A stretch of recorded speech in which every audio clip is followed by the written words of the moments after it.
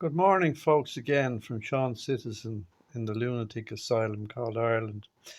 Funny story in the Irish Times yesterday.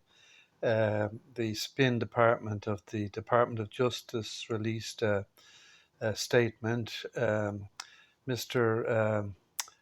Simon Harris, is now in the hot seat, vacated by his predecessor, Helen McEntee, who's gone off to have a few babies. And he's getting a bit worried, obviously, about the growing sentiment against the unlimited amount of young single male uh, uh, so-called asylum seekers arriving daily. And the press statement was very vigorous and punchy and indicated that he is going to increase the speed of processing these people now to 3 months, and also that he is going to send police out to the airport to check a few planes once or twice a week. So that's just that's so it's so funny, and the police are to be at the bottom of the steps now, waiting for the baddies to come off the plane with no passports. Well, besides all that, take point number one, the fact that 3 months speed up processing is absolutely not going to happen, because the United Nations human rights agencies and the Irish non-governmental agencies sponsored by the taxpayer, the whole lot of them will be down on the government like a ton of bricks and saying, you can't do this. They have to be allowed to spend a few years appealing from court to court, and the lawyers would lose a fortune.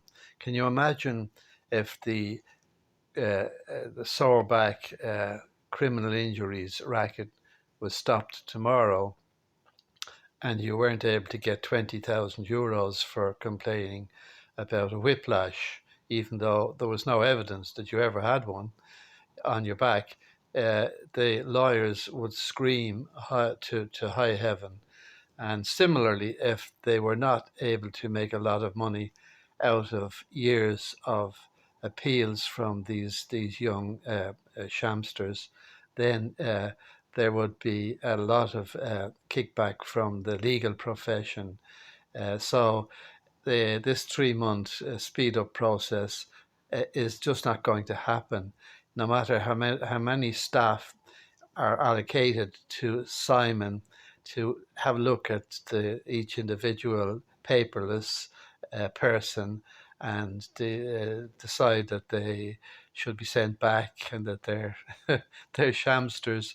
It's not going to happen. It just isn't going to happen. They will go through the years and years of appeals. The second point is so funny. I can imagine a couple of Gardaí, of the scarce Gardaí that we can't get on the streets. We can't get them. If we ring them up for a crime, they'll come out 2 hours later, or a car crash, even, unless it's very serious. Can you imagine uh, a few Gardaí, a few planes to be checked? Now, the planes are landing every 60 seconds at Dublin Airport, and from all over the world.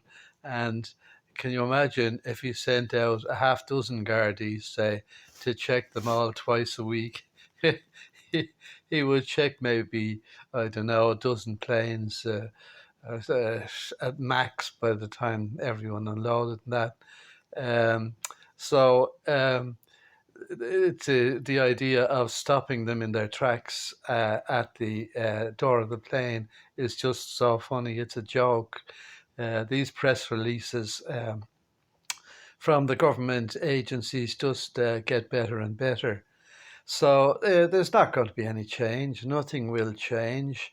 And the people are rising. The people are getting very angry. And God help us, you cannot blame them. I've seen pictures of these halls where they're kept now, little cubicles about 6 foot by 6 foot in size. They're white and nice looking, but they're about half the size of your average cell in Mountjoy, in the Victorian prison in Dublin, Mountjoy Jail. So, can you imagine sitting in a cubicle like that, day after day, week after week?